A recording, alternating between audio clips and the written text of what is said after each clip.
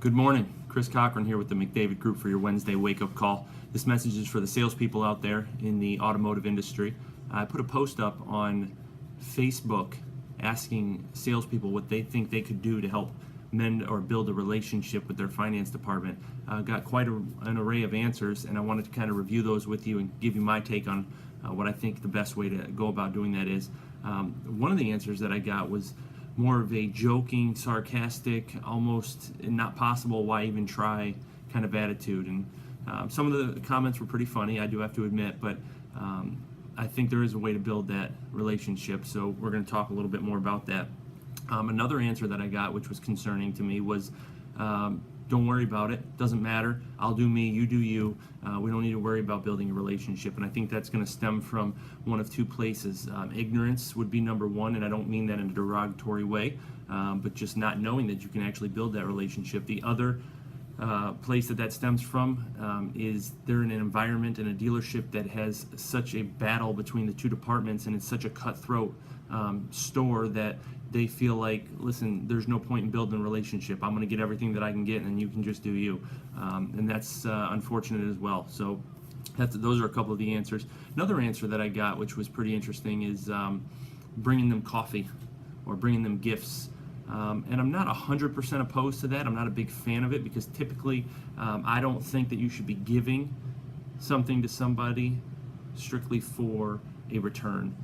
If you're giving something, whether it's coffee or buying them a Red Bull or buying them lunch with an expectation of return, it kind of taints the gesture. So if you're doing something for somebody strictly to get something in return, I'm not a big fan of that, and I think people can see through that. So if you want to do it out of the kindness of your heart, it's great, but don't do it with an expectation of something in return.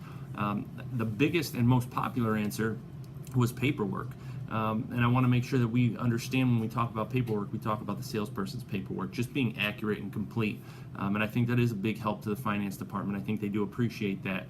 Sometimes as finance managers, we tend to look for things to complain about when we get the paperwork. We try to find mistakes just for the sake of having something to vent about. A lot of the mistakes we can fix ourselves, but I can tell you from being in the box and being in sales as well, that complete and accurate paperwork is a huge help for the finance department.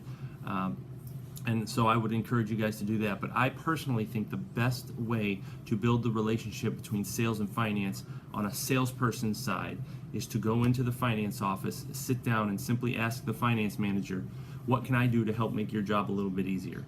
And be sincere and really want to know what you can do. I would venture to guess that most finance managers would tell you, don't worry about it, you're doing everything great. That's my guess. Some of them will give you some tips and tricks, but I would say that the number one hack to build the relationship between sales and finance is, as a salesperson, to walk into the finance manager's office when they're not busy, sit down and say, hey, I'm looking to help you. I want to grow in my position as well, in my education. What can I do to help better help you do your job and make it a little bit easier for you? They'll probably answer with complete and accurate paperwork, but there may be something there that you weren't aware of. So take that for what you will. I encourage you to try it. Let me know how it works for you. But complete and accurate paperwork. Ask the finance manager what you can do to help make their job easier.